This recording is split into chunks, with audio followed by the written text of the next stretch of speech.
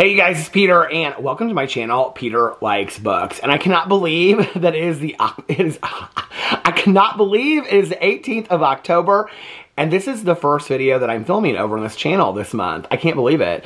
It is time to announce the November books for Peter's Book Club and a True Crime Book Club. But today is not the day for that. That will be next week. We haven't even come up for the next book with the next book and the true crime documentary for True Crime Book Club. We haven't come up with the book or the documentary yet. So we will do that this weekend, and then I will announce that next week. And then I am also going to pick a book for Peter's Book Club. I am way behind. I'm way behind. And I'm out of breath because I just picked up all these books to do the thumbnail. It actually it was funny because I was picking up all these books that have been on my kitchen island, or my kitchen counter downstairs, all these books downstairs that I am currently reading. People are like, how are you reading all those books at a time? Well, I read a little bit of one, and then I get bored of it, and then I read a little bit of another one. But the problem is, okay, is that I have been in a huge reading slump for the last probably month, and I'm way behind in my reading. I'm not meeting my reading goals whatsoever on my reading challenge. My goal was 100. I think I'm like 33 books or something like that. So you know what? That goal is, we're not probably going to reach it. I think me reading 70 books in 2 months is probably not going to happen, or 8 weeks or something like that, or 9 weeks. That's not going to happen. But I wanted to do this video. I've actually been meaning to do this video for the last couple days. I wanted to do this video to kind of like inspire me into getting back into reading. So I have all these books that I am currently reading. People ask me a lot. They're like, how do you read so many books at the same time? Well, obviously not very well, because I'm really struggling right now with even finishing one of these books. I have graphic novels in here. I have short story collections. I have old books. I have new books. And I'm also listening to audiobooks. So let me kind of explain to you what I'm doing right now. And also I'm going to explain to you my plan going forward. And this is kind of a, Peter, let's light the fire under your reading butt to get yourself going on this. Okay, so I am way behind on the books for Peter's Book Club. I have not even finished the August book yet, which was God of the Woods by Liz Moore. I started it, I got a little bit into it, then I had to start it over again because I kind of forgot what I was reading. So this weekend is my goal to finish that book. My goal is this weekend I'm going to finish God of the Woods, which was the August book for Peter's Book Club. Then next week, I am going to listen to, on Audible, the September and the October book. Then I will be completely caught up with the Peter's Book Club. I will be completely caught up going into November, and I will be doing those reviews over here. I'll be doing the review for the August, September, and October book. So those reviews are coming. Hopefully by the end of this month, I'll be doing the August and September reviews, and then the first month of November, I'll do the review of the October book. And then I'm going to get caught up on the Cozy Mystery series that I announced like 2 months ago, and I still haven't started those books yet. So that's my goal by the end of October, to read those books as well. And then I'm going to be completely caught up. Because the true crime books I usually wait until like the week before the true crime live stream to listen to. So I'll be caught up on those. But I have all these physical copy books that I have been reading. So I want to go through here. And some of them are actually, like, I could sit down and finish them in like one setting. So I needed to kind of go through these to inspire myself a little bit. Okay, so the first book, I just have them in no order whatsoever. The first book that I have is actually Go Ask Alice, which is supposedly an anonymous book, but I now know that the book was actually written by Beatrice Sparks and that it was Mormon propaganda. This book meant a lot to me in my youth. I can remember, I feel like it was like early high school that we all read this book, and then there was like Jay's Journal, and there's like a ton of these books that came out, and I actually bought a lot of them this year. I think I showed them in book hauls and stuff like that. But I wanted to reread this because I hadn't read it in so long, and for those of you that don't watch I did a whole drama video about the origin behind this book, because supposedly it was like this found journal, and that's all a lie. That this book is not somebody's found journal. That was all a lie. And in fact, it's supposedly, at the beginning of it, it says something about this being a work of fiction, but I looked through here, and it doesn't say anything about it. It says, if you purchase this book without a cover, you should be aware this book is stolen property. It was reported. First paperback edition, March 1998. Go Ask Alice, taken from White Rabbit. Doesn't say anything in here about this being a work of fiction. And it's supposed to say that, actually, in here now. So I don't know why. This is, I think I got this at Half Price Books. It's a rather old book. So anyway, I started reading this summer, and I thought by the pool I could read, like, you know, a couple passages here. So if you don't know about it, I don't know how you don't know about Go Ask Alice, but it's literally diary entries. The thing is, I started reading it, and, like, I did not get very far. So I'm on page, let's see where I'm at. I'm on page, well, no, this is not where I got. I was on page, I went back because I was on page 6 the last time I was reading it. It's so cheesy, the way that it's written. I don't know how. I'm gonna have to start it all over. See, I'm unbending my pages. I used to never bend my pages, but now I dog-ear my pages. I'm gonna have to go back and start it over again. The problem is it's so cheesy.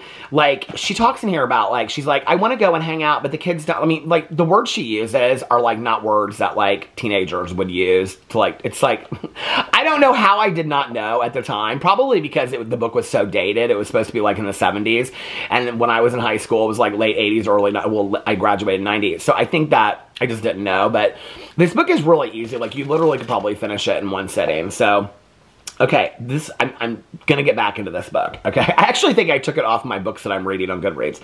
So the next book that I'm reading, I actually have the next edition. This is the third, well, not the edition, but this is the third part of The Fangirl by Rainbow Rowell, but it's the manga. And I don't know why she calls it manga, because it's more graphic novel than manga. The way that it reads from the forward to the back. But I love these if you've never seen them before. Now, if you've seen my previous videos, you know I've been reading this for probably like a year now.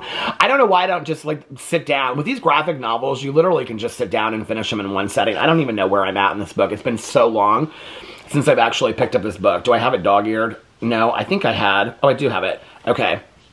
Yeah, I'm, like, literally, like, right, like, at the halfway mark. So, I'm gonna finish this, and then I have the fourth one. The fourth one came out, and I bought it, and I have it, and I haven't read it. This is why I'm making this video, to get myself inspired. So then, I had this book, and I found it in the basement, and I started reading it, and I really, really liked it, and it's Milk and Honey by Rupi Kaur, and I actually bought a bunch of her other poetry books as well, because I was so blown away by it. I really, really liked it.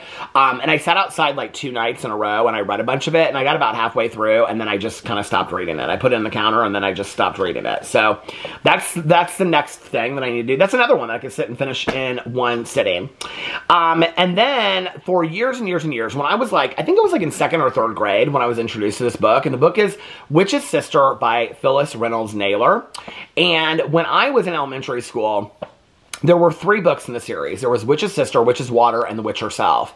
And I was not aware, all these years later, I was talking about it in a video, I was not aware that there are now like 7 books in the series. I have all 7 books. I bought them on thrift books and things like that. I have all 7 books.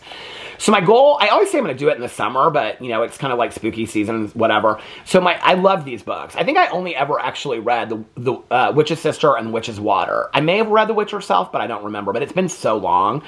But I start these books, and I get about 20 pages into them, and then I stop, because I'm not a big lover of middle grade books. But it is one series that I want to revisit, and I want to find out how it actually turns out, because these books, I would get this book so many times at the library over and over and over again, Witch's Sister. I loved it. I would get it over and over and over. I think she wrote Shiloh, too, Phyllis Reynolds Naylor. She's written a couple books that I really liked. But anyway, I can remember getting it at the library over and over and over again. So I was like, okay, I want to start this series and finish it. So it's 7 books. I mean, they're not long books, they're middle grade books. I think this book is like 200 pages or something, and not even that. It's 154 pages. So that's another one I can finish real easily. Then I started, like, early this spring. I'm not very far in it, but I started What We Talk About When We Talk About Love by Raymond Carver. It's a book of short stories. I think I read Cathedral, and I just fell in love with his short stories. His short stories are very realistic, but very bizarre at the same time. I love his writing. And so every once in a while, I'm going back and forth between that. And then I'm also reading Jill McCorkle's Crash Diet, which is a book that I've had forever. It's a book of short stories as well. A couple months ago, I bought her newest short story anthology because she's one of my favorite writers of life. Ferris Beach. I brought up all of her old books from the basement, and I like put them in my bookshelves and stuff to read. It's like Queen of October, July 7th. There's a couple of her books that I love, but Ferris Beach is probably one of my favorite books of life. I actually reread it a couple years ago, and it hit different than I had read it when I was younger, but I love her writing so much. Here she is. She used to be a professor at Hollins College, and when I was in college, way back in the day, I was taking a poetry class. I think it was a jazz poetry class or a creative writing class or something, but we had to write a letter to a writer and tell them how much we loved their work. And I wrote her and told her about how much she inspired me. And she actually wrote me back, like hand wrote me. I still have the letter today in the basement. And I think I was like the only one in the class that got a letter back. So I thought that that was really, really cool. Ooh, look, I like this bookmark so much. All books, bookshelf. So anyway, I'm kind of going back and forth. I mean, not every night, but like maybe once a week. And I'll read like a short story in here and a short story in there. And then I'm kind of done. I have a cup of coffee outside and I read one of each. So these are other books that I could finish very easily too. Crash Diet by Jill McCorkle is one of her works that I've... Tending to Virginia and Crash Diet are two of her books that I've never finished, and her newest one. Okay, then I was reading the individual books of these, and this is the Walking Dead Compendium 1. There's 4 of them. Mayor sent me the 3rd one, so thank you so much, I think for my birthday. So these are the individual graphic novels, but they're all like put together in the compendiums, which makes it a lot easier, but they're kind of like hard to read. I'm currently on chapter 4 of this, and so like this is how much of the total I watched all the Walking Dead except for The World Beyond, and so then I was like, I want to go back and read the graphic novels. So my plan and my goal is to get through all 4 of them. I'm trying to, once I finish the graphic novels, the other ones like Fangirl, and I've got 2 other ones that I am currently reading, then I'm going to go and I'm going to go through these. Because I love these.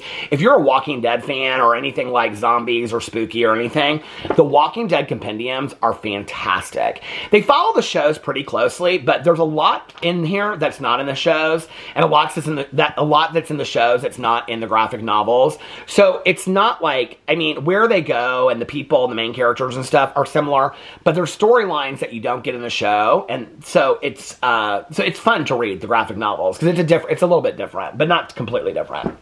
And then the next book, I've been reading a little bit of this at a time. This is very much kind of like a meditation book for me. It was actually Reese Witherspoon's book for September, and that is The Comfort of Crows by Margaret Wrinkle. And I think it was her school teacher, which is why she picked the book.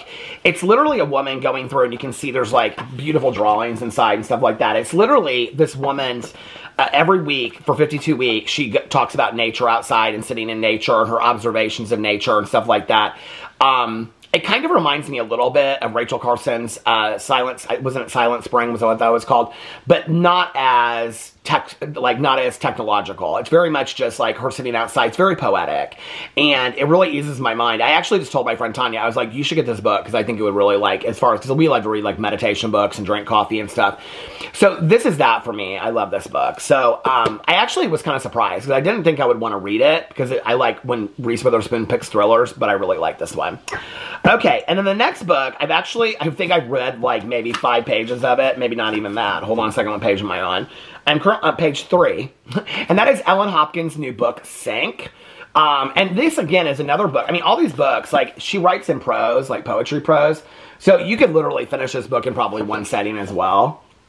So I don't know why, but I started it, I liked it. I just kind of like read a couple pages of it while I was standing in the kitchen, and I was like, okay, I'll get to that later. The last 2 are graphic novels. Now, I read the first one of these, and it's called Check Please, and it's by Ngozi Agazu, and it's about this guy that's on a hockey team in college, and he's gay, and then he falls in love with one of his other players. The first one, called Check Please, I don't remember what it's called. The second one is called Stitches and Scones. So the guy that plays the main character, he like bakes a lot, and they all live in this like hockey house together and stuff like that. The second book, his boyfriend has left, is playing on a National Hockey League team, and he's in his senior year of college. I do not like the second one as much. As you can see, it's like I'm not very far in it at all. And I will say this, like the first one, graphic novels, I don't think, need to be flooded with dialogue. The first one didn't have as much dialogue, although all of his tweets are in the back, and I read all the tweets the last time. I probably won't be doing this time. The first book was good. I think it just needed to stop at the first one. I'm really bored with this, so I haven't like really picked this up in a long time. And then for those of you that watch over here regularly, you'll know that I talked about this book. I talked about it in my vlog too. I love graphic novels. It's a new obsession of mine the last couple years. And so I read this graphic novel called This One Summer, and it is by Mariko Tamaki, and it was with her cousin, and I loved it. I thought it was fantastic. It's not only one of the best graphic novels that I've read, it's probably one of the best books that I've read. It's called This One Summer. And so I had already bought this when I was looking up her other books. This was like in my stack of graphic novels, and it's called Laura Dean Keeps Breaking Up With Me. It's won all kinds of awards and stuff like that. You know, it's okay. I'm like halfway through it right now. I read like probably a couple pages a night. The graphics in it are beautifully done. I think the graphics are, I mean, for me, like, I have a really hard time reading a graphic novel when it's rather boring and it's like the graphics are just kind of corny. I really like, you can tell this, it's stylistically, like, you can tell the artist in it, and I love that. So what it's about is it's about this girl, and she's dating this girl named Laura Dean, and Laura Dean keeps breaking up with her. And so she keeps on going back to her. It's a very toxic relationship. They're in high school, and she keeps on going back to her, even though her friends are like, why do you keep on going back to her? And she's like in love with her because she's like, this girl's like super popular and kind of like a rebel. And so even though this girl keeps on cheating on her and whatever, it's like, it's just, so it's the evolution of her basically figuring out that, I think she's going to have some come to, like, there's just best, did you ever see the movie Some Kind of Wonderful? Where at the end of it, he's like pining after this girl, and then he realizes he's in love with his best friend. I think that's very much what's happening here. But I don't know, to be honest with you, I probably wouldn't recommend this book to anybody. I mean, it's not horrible, but it's not, I don't know why it's won a bunch of awards. I mean, it's very, very, very, like, rainbow friendly. I mean, it's got, like, every character from the LGBTQIA plus community in there whatsoever. It's like, I think their high school they go to, it must be like an LGBTQIA plus high school, because I don't think there's any, like, buddy that's not part of the rainbow in the book, or in their high school. But it's a good book. I mean, it's just, I mean, it keeps my interest peaked, because I'm like, is she going to stay with her? I mean, the girl is like, the girlfriend that, Laura Dean, that keeps on breaking up with her, she's like borderline cruel to her. And so it's interesting to read. I think, I don't know, it's just like, I think on the heels of having read This One Summer, I expected something very similar to that, and that's not what I got. So anyway, those are all the books that I'm reading. And then I'm also listening to God of the Woods by Liz Moore, which is my goal to finish up. My goal this weekend is to finish this, and to finish God of the Woods. And then next week, we will go into the rest of this and listen to the September and the October book for Peter's Book Club, and then the Cozy Mysteries, and then coming into November, I'll be caught up. I want to do an Audible haul over here, because I made myself stop, but I bought so many books on Audible recently. Oh, you know what? I have a haul I can do over here too, because I bought a couple books over here as for physical copy books, because I'm getting to them, so because I'm doing so good at reading right now. But anyway, but we'll get back into the groove of things. You know, we're hibernating. Winter's coming. It's gonna be a nice time to read. I used to love to sit outside and read. Now I kind of like to sit inside with like a cozy blanket and some coffee and whatever. You know, for my day, to get my day started, I do like to sit outside and do my meditations and read like a comforting book and stuff. But as winter comes, let's get cozy inside. How do you like to read cozy wise? Let me know in the comment section below. I love you guys. I hope you have a fantastic weekend. Stay tuned till next week. I'll be doing the announcements for Peter's Book Club, and also for a True Crime Book Club next week sometime. I'm probably closer to the beginning of the week. Let me know what you're reading in the comment section below if you have any great recommendations. I love you guys, and I will see you tomorrow.